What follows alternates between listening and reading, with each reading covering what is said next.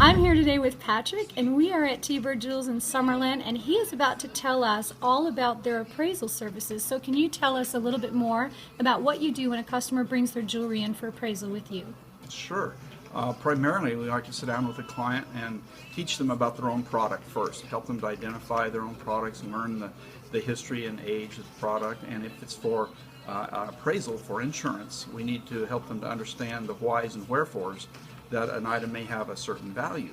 That way they can properly insure it and be covered adequately in case there is a loss or theft or damage of some kind. We have 2 certified gemologist appraisers on staff and enormous amount of training, background, and equipment to be able to help people under virtually all circumstances. That's wonderful. Now, can you tell me a little bit more about your certification and why that would be important to one of your customers? Well, one can be a gemologist and not be an appraiser.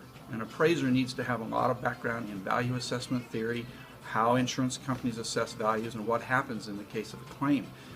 You need to have the gemology background to understand the technical aspects of gemstones and jewelry and manufacturing techniques and metallurgical techniques, things like that. But you also need to be able to combine that into how is this item going to be replaced? What kind of monetary value is involved? That also involves having understanding of history of jewelry. If somebody brings me in a 1920 Cartier piece or something like that, that's a bit of a challenge. But you have to have that knowledge and background. But what happens if they get an improper appraisal? What's wrong with getting a bad appraisal? Well, there are several downsides to that. Typically, it's that people don't understand what they have, and so they're either paying way too much in premiums, or they're not covered properly, and then if a loss or theft or damage takes place, they're going to be very unsatisfied with the settlement. So those are 2 very important issues. Yeah. If they get the wrong appraisal, then first of all, they might be overpaying or underpaying for coverage, and in the case of a theft, they might not even be covered. That's absolutely correct. So appraisal is extremely important.